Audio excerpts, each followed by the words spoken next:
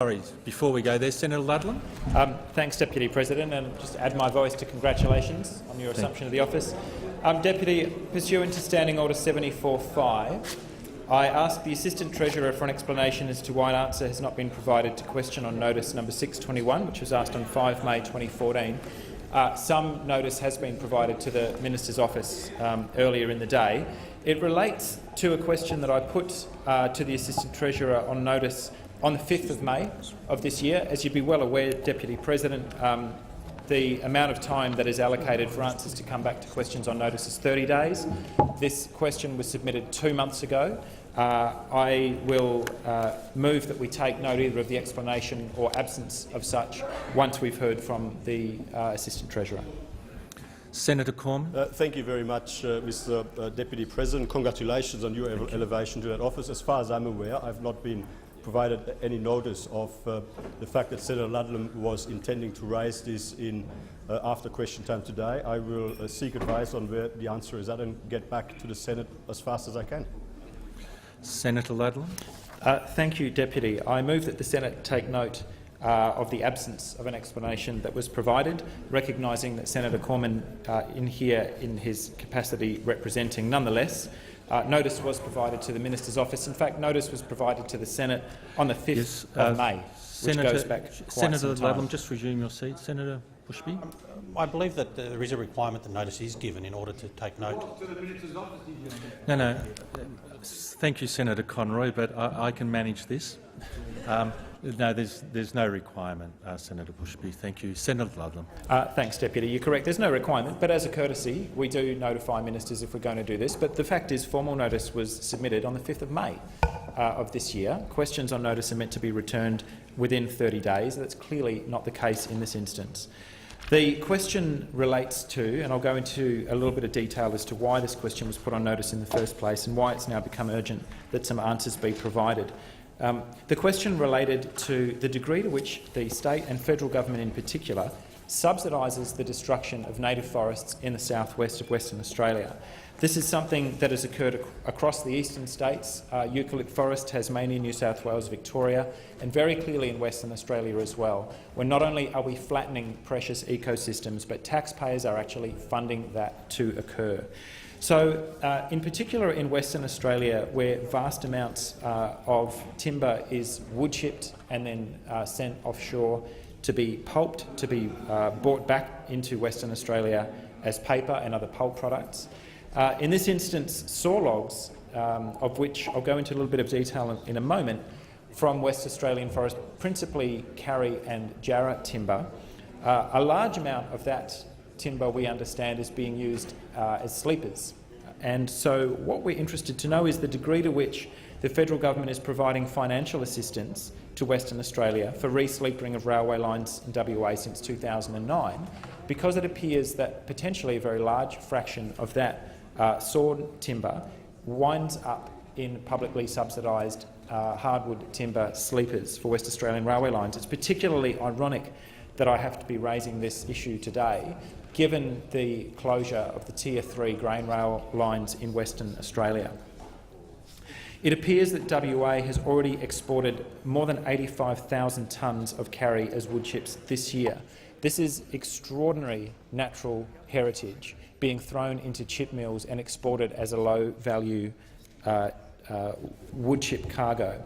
I visited earlier in this year the Challa forest in the southwest, 50 or 60 kilometres south of Manjimup, met with campaigners down there who had spent months doing what they could to protect those forest ecosystems, and was winched up a 40-metre Karri tree that they estimated was somewhere between 300 or 400 years old, to sit for a brief period of time with one of the campaigners who'd spent the morning there. West Australian citizens shouldn't be put into the position where they have to put themselves in the way of logging equipment and earth-moving equipment in order to protect these priceless ecosystems. But thank goodness they are. They gave me a very brief tour of the extraordinary devastation that had been inflicted already in the coops around the Challa forest that they were seeking to protect. Areas that had been scrub rolled, which is the underbrush and the understory, smashed into the ground in preparation for fallers to come in and remove the largest trees. And the fact that as a part of a result of the Gallop government, with strong support of the Greens and the community, ending large-scale clear felling in native forests in Western Australia after 2001. That so-called clear felling no longer occurs, but I can tell you the destruction and the waste that is still occurring in Western Australia's native forests is absolutely unbelievable.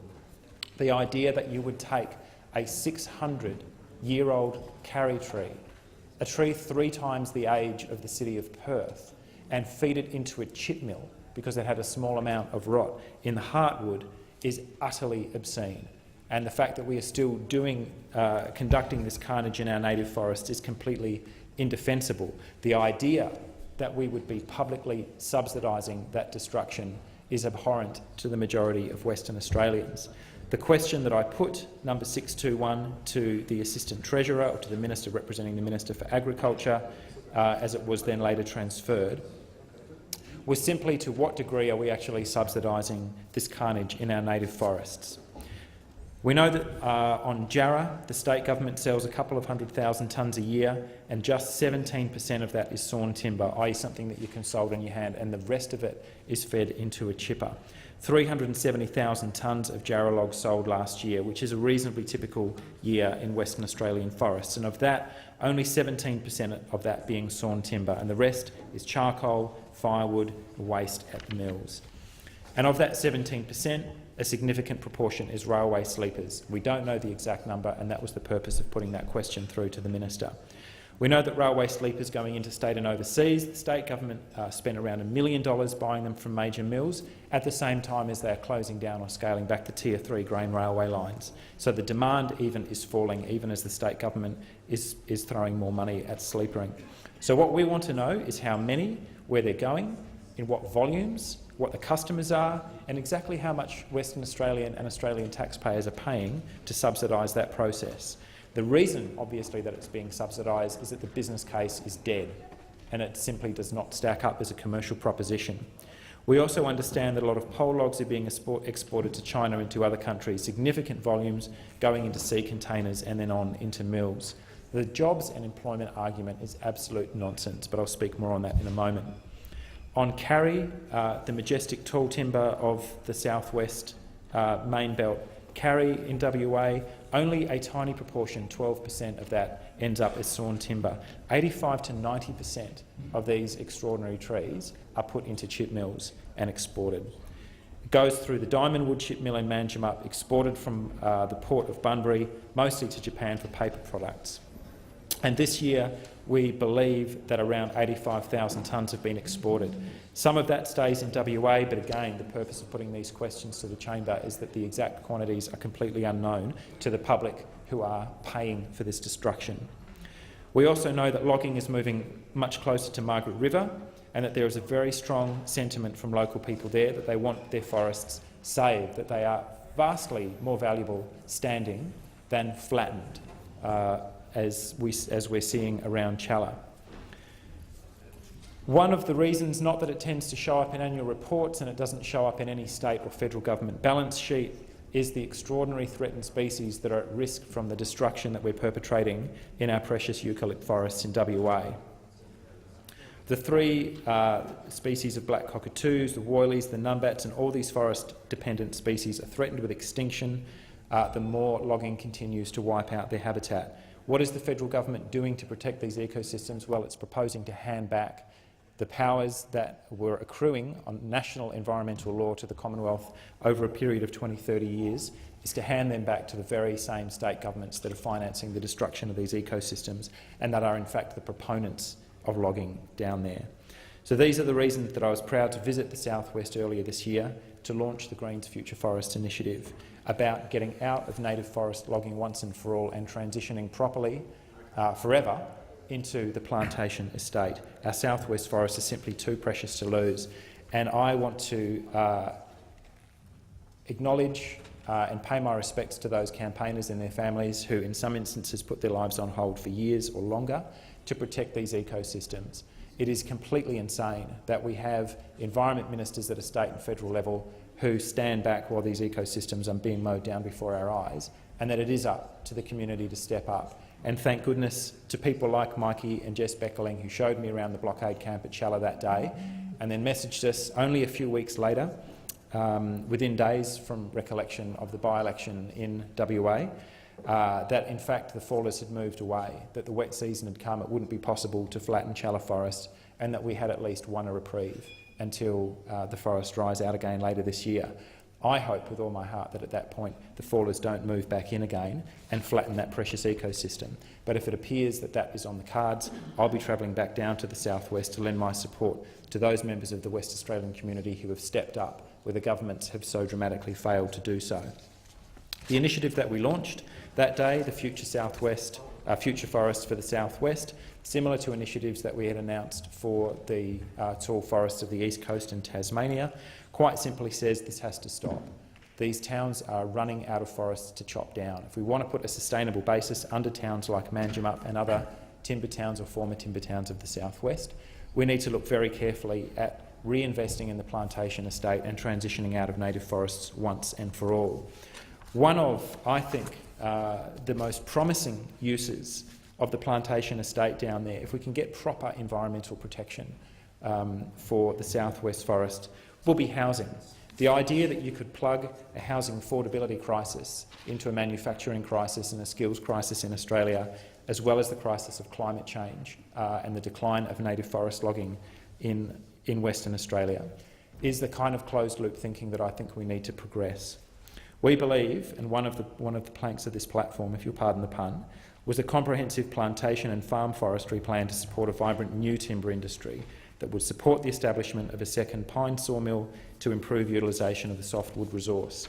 And one of the most interesting things that's being done, and that I believe should be done, not just with the West Australian plantation estate but across the country, is new jobs in sustainable forestry for building homes. Australia has one of the least affordable housing markets in the Western world.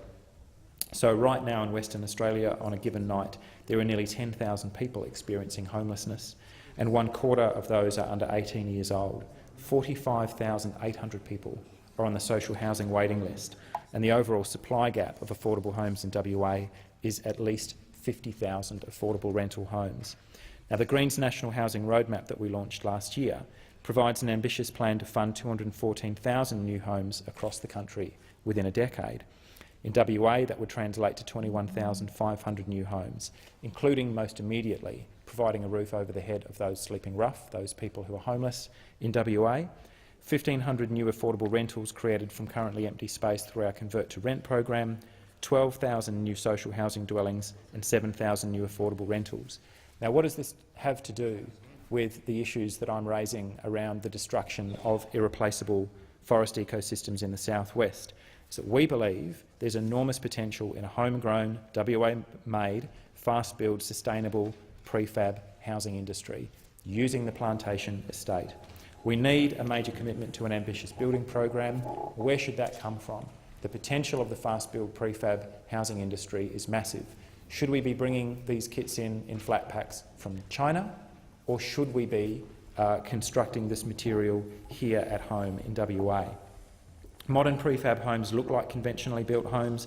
They're cheaper, they're faster to build, they're far more energy and water efficient, vastly less building waste.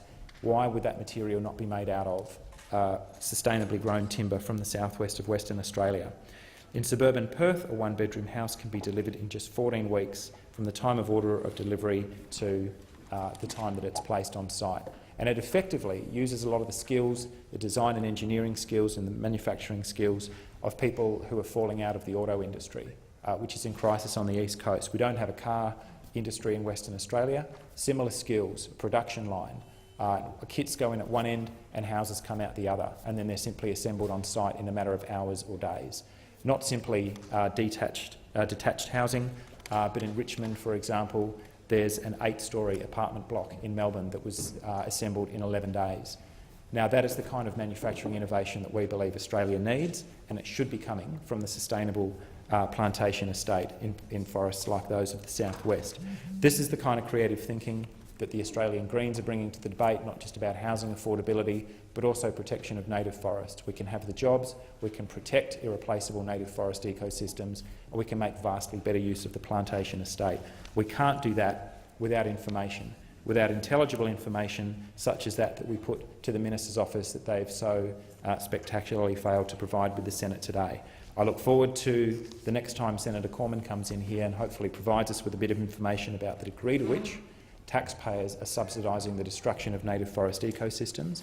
And when the time comes and when the door opens for alternative employment and alternative manufacturing and alternative skills development based on the plantation estate, the Greens are here with some creative ideas of our own.